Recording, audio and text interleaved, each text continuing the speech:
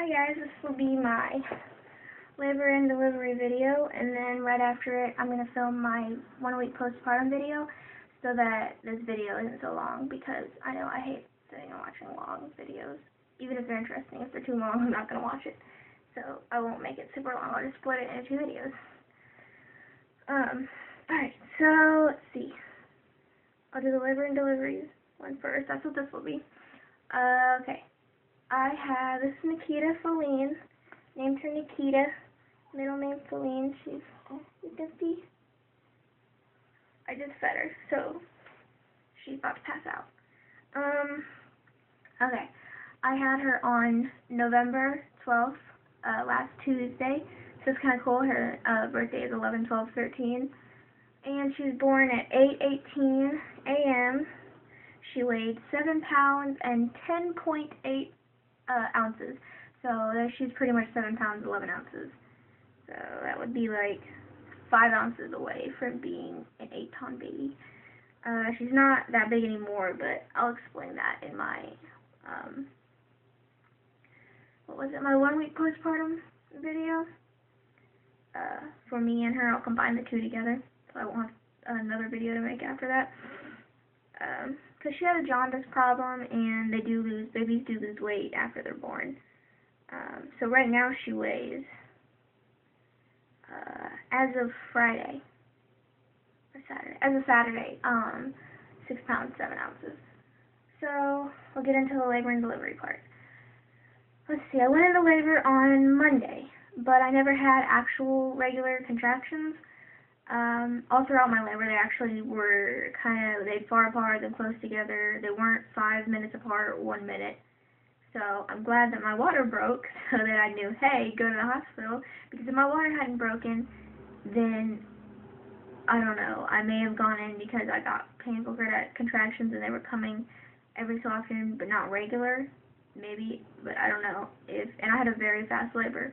So I'm really glad my water broke, because I might have been having my baby on the bathroom floor, because my contractions not being regular, like the book tells you that they are, and like my labor and delivery instructions said, to come in if they're 5 minutes apart, and 1 minute, like, lasting.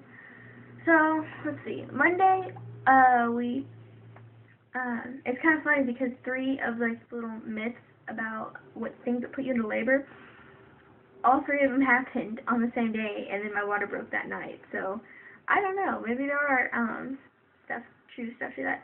And they talk about cinnamon stick tea. Makes you go into labor.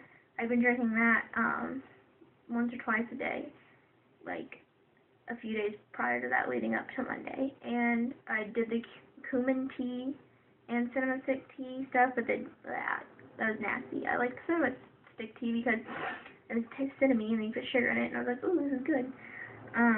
So, I don't know, actually that's kind of like 5 myths, so I don't know if any of them actually worked, or if it was just bound to happen anyway. But on the day that my water broke, we'd been out shopping and walking around, there was also a storm coming in, and rain, and then snow, following night, which is when my water broke. And they say that a low barometric pressure can make you go into labor, and actually it makes your water break. So that right there, that was kind of funny that we had a low barometric pressure and then my water did break. Because they say like gravity pulling will like do that, and I was already, because I didn't do a 39 or 40 week video, but I had gotten to my 40 week appointment. I was 3 centimeters, and they had me do a non-stress test, and an amniotic fluid ultrasound, and a non-stress test. And actually, the night my water broke, the next morning, Tuesday morning, when I had her, I was scheduled to have another non-stress test. But she came, and I was gonna, if I didn't have her by Friday, then they were going to schedule an induction, but yay, that didn't have to happen. So give me a briefing on the 40-week appointment. So, anyway, after we were walking and everything, that was myth number 2, the barometric pressure. After we walked, and then it was, kind of gross outside, we went and ate, and me and my mom and my grandma, and we went to Buffalo Wild Wings, and I got like it was like the flavor that's like one step below the blazing flavors. It was like, I know it was hot. I don't know if it was just hot or there was another part of the name, but they were hot. They were pretty spicy. And so they say spicy foods make you go to labor, so I don't know. It could have been any of those. But so we went home, and I just felt weird. I kept feeling like pressure all like down there, all day, and I just kept thinking, my water. I just had this feeling that my water was gonna break, and I was googling it, like, is there a feeling before your water breaks? And a lot of people were like, no, it happened spontaneously, and I didn't think it would happen, but then I still had that kind of like intuition. I'm a really intuitive person, so I just like when I get a thought that something's gonna happen, like a thought will just pop in my head that this is gonna happen, and I'll get a feeling about it, and it usually comes true. So that was pretty weird. So I go to bed around between 8 and 9:30, something like that. And I wake up at like 5 minutes past 10:30, and it took me a minute to get like awake, cause I was like half awake, and I'm thinking, am I wet? Did my water break? How long have I been here? Like, how long have I been like wet down there and not know? And I was just like, I don't know, I started getting really scared, and I was like, how long has it been since my water broke? I'm supposed to go in. And I finally got awake and got like a hold of my senses, and I was just like, I'm really, really wet. Did I pee myself? And it was really strange because like my pants and my underwear were wet, but the bed wasn't wet. There's a big circle like in like my pants, but the bed wasn't wet. So I was just like, did I pee myself? Like, I imagined when my water broke, like my bed would be wet, but I got lucky on that one. How many people have their water break in bed and their bed doesn't even get wet? So I get up and go to the bathroom, and I have to pee. So I'm just like, if I peed, why am I peeing now? Like, it didn't make sense to me. So this is kind of gross, but I smelled it because amniotic fluid doesn't, smell like pee. It smells like kind of like semen. It's really gross. I don't understand why something coming out of a woman would smell like semen, but I don't know. That's just weird. Nature's weird. But yeah, it did not smell like pee. It smelled like semen. So I was just like, holy shit, my water broke. And then it started to like trickle out. It wasn't gushing. It was like trickling out. So I did like the pad test where you put on a pad and then you lay down. And when you lay down, it's supposed to like let all that fluid like collect. So then when you sit back up, it'll come out. So I did that. You're supposed to do it for 20 minutes. I did it for 10. And as soon as I sat up, it started gushing. It would gush a little at a time. And I was just like, holy shit, my water broke. So I go into my mom's room to tell her, and of course she's not home. And my dad's not home because he works second shift. And this was around 11 p.m.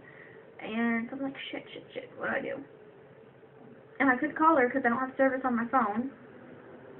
So I go to find my brother's phone, and I'm trying to get him to wake up and help me find his phone, and he's just like not there. And I'm just like, I'm starting to like, get a little emotional and panicky because I'm just like, oh my god, my water broke.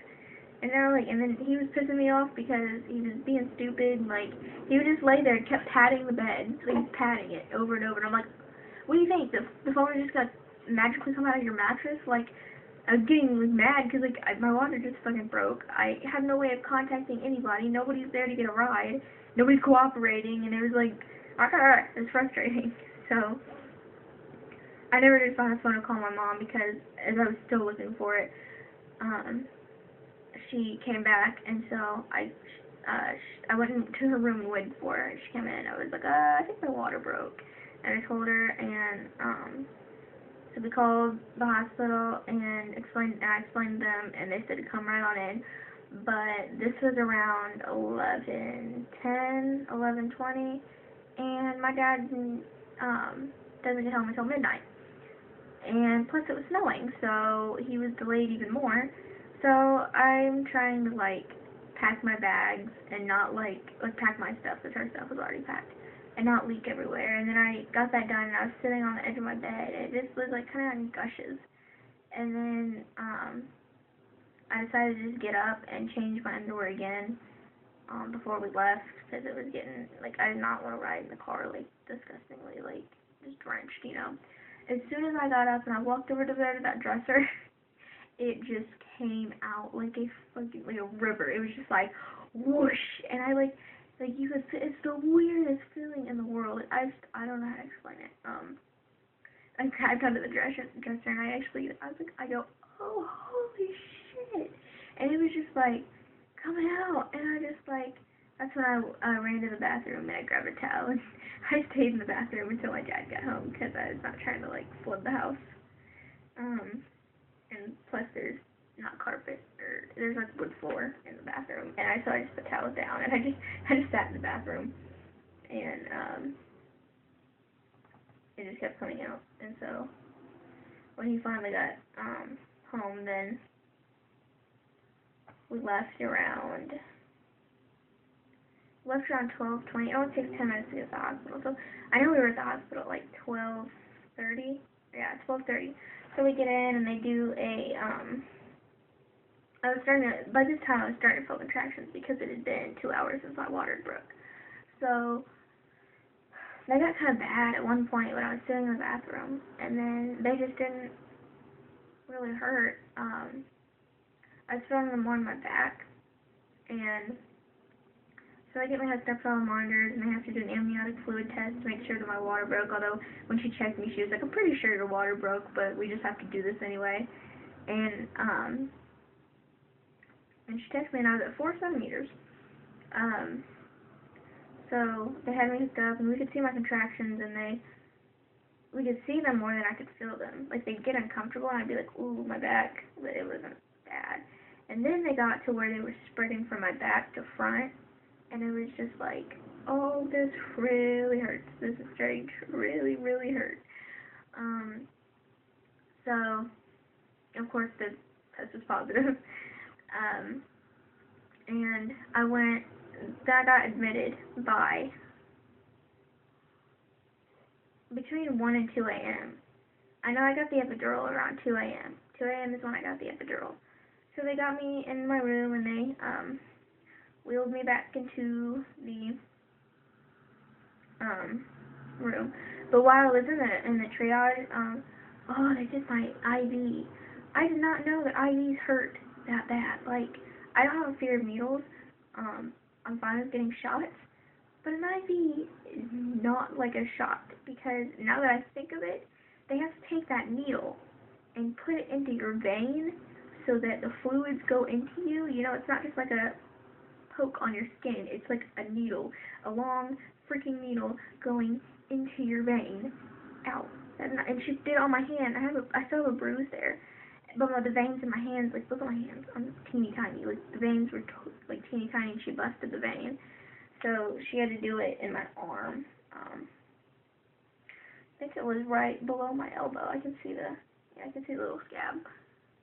I hated that thing too. Oh my gosh, like, it was in your skin and they taped it there, but every time you moved your arm, you could feel it, like the needle. I hate IVs. Like, that was horrible. Like, people talk about epidurals being so bad, but the epidural was a piece of cake, and the IV hurt more than the epidural. The epidural didn't even hurt, actually. So they got me back to my room, and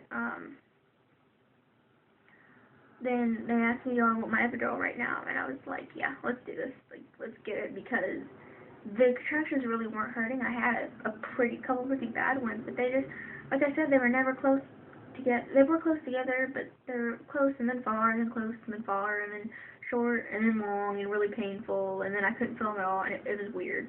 So I was just like, I have no idea how this is going to go, so let's just get this before he has more people, and then I'm stuck waiting for him. And it's a good thing I got it right then and there, because I've progressed pretty darn fast.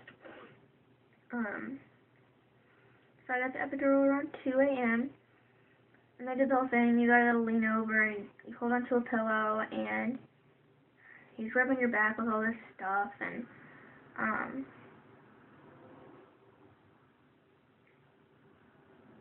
I don't remember exactly how they do the epidural procedure. I know they numb you with a needle. I can't remember exactly how they do it though, and then they stick something else in your back after the numbing. But so I guess you only feel one thing that's supposed to be painful. But like I said, I'm good with shots, so I don't know how far that needle actually went in. So maybe that's why people say it's painful. I guess for some people it's painful and some it's not. And it also depends on who the anesthesiologist is. But the nurse, and she was so nice. I loved her. She was the only nurse I really liked. There were other nice ones, but then I had some bad experiences. Which I'll probably talk about in my postpartum video and a little bit in this one. But anyway, I stayed there for 3 days. So, well, 2 days, 2.5. So yeah, I got the epidural, and she was like, okay, you're gonna feel a bee sting, and I was like, oh, great, because I've been stung by bees like 3 times, and that shit hurts. Bee stings are a bitch, and it didn't hurt at all. I felt the needle go in, and she was like, I felt him giving me the numbing shot or whatever, and I felt it go in, and she was like, that was the bee sting, and I was like, it was? Okay, that was easy. And then I kept expecting to feel something else painful, you know, because I know they stick like the tube in between your spinal cord, in between 2 of your spinal thingies, the plastic tube to the medicine, it goes in there. I felt him doing that. It kind of felt weird. It kind of tickled just a little, and I could feel him like putting it in there, and I'm just like, something is gonna hurt. I know I'm about to feel more pain, but didn't feel anything. And it was before I could even lay down. The epidural was like, bam. And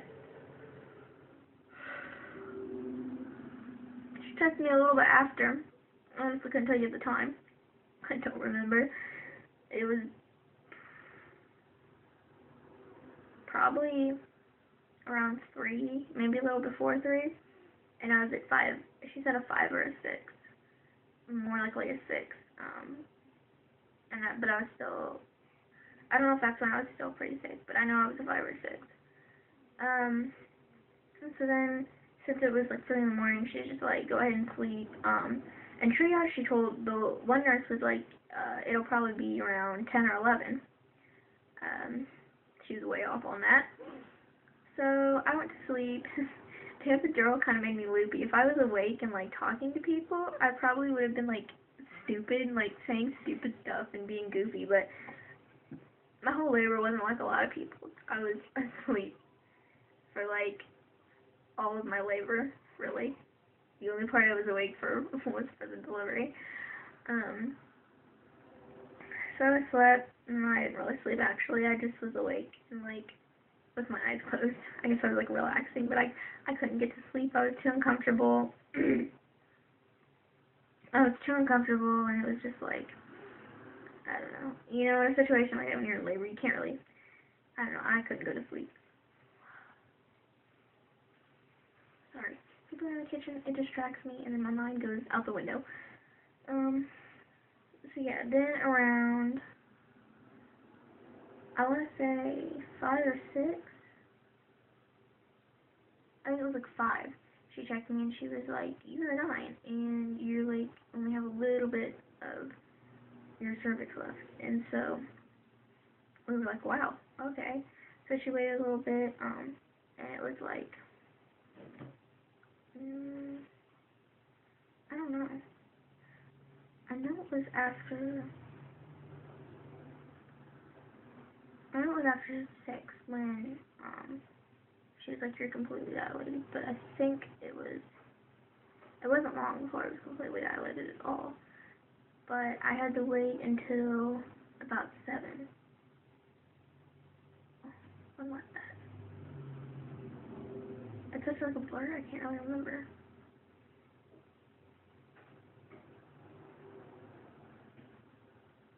Yeah, it was like a little before 7, before I could start pushing, because the main doctor, he had like 3 people. I was the 3rd person. And it was just like bam, bam, bam. He was just like delivering babies. Well, he never actually delivered mine because my doctor came on, so my actual doctor got to deliver. So yeah, by the time I had to wait about an hour before I could start pushing, and by that time my epidural had worn off, not completely, but still it wore off on my left side. So I could feel all of my contractions on, like, in my hip and like in my back and right there completely on my left side. They hurt, but they weren't like unbearable. So I know it didn't roll off completely, but I think that's because to get my labor progress, make sure it was going along, because my contractions weren't regular, I didn't think I was going to progress. She had me laying on my right side. So then she had me going on my left side, but because I was progressing so fast that I didn't lay on my left side as long as I laid on my right side, so all of the epidural kind of just like went on this side. So yeah, I mean, I guess that was nice that I could feel the contractions because I could actually know when to push and I didn't have to be told.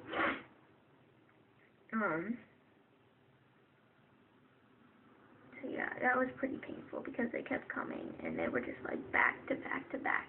At that point, that's when they actually got regular. They were back to back. And I'm just lying here like, please let me just have this kid. Like, this hurts, starting to hurt. So I finally got to start, and it was really difficult at the beginning.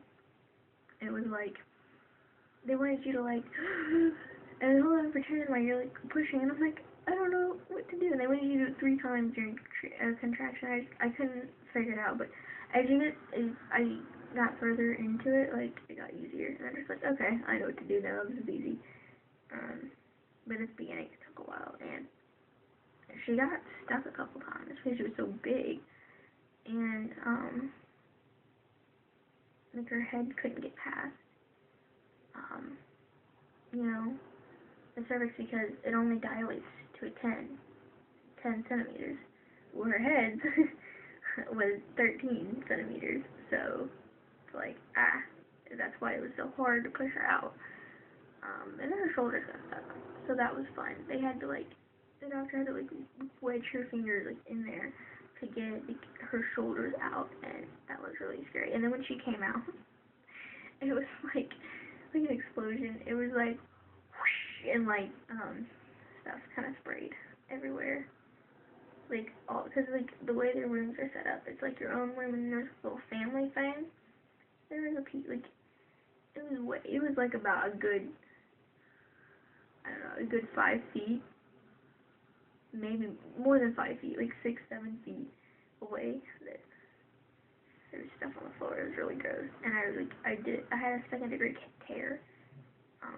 So, ow.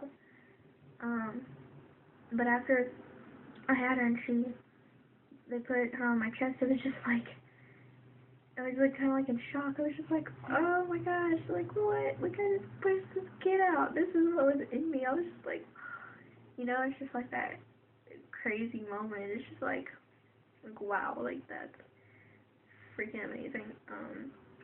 I felt like, it's funny, after you have a kid, you feel kind of empowered. You feel like, you know, like invincible, because you just did this like extremely difficult thing, like, until you have a kid. Like, when people say they push babies out, like, it's hard, but not as hard as you would think it is. I mean, it's hard, like, you don't think it's hard, but it's harder than you think it is. That's what I'm going to say. And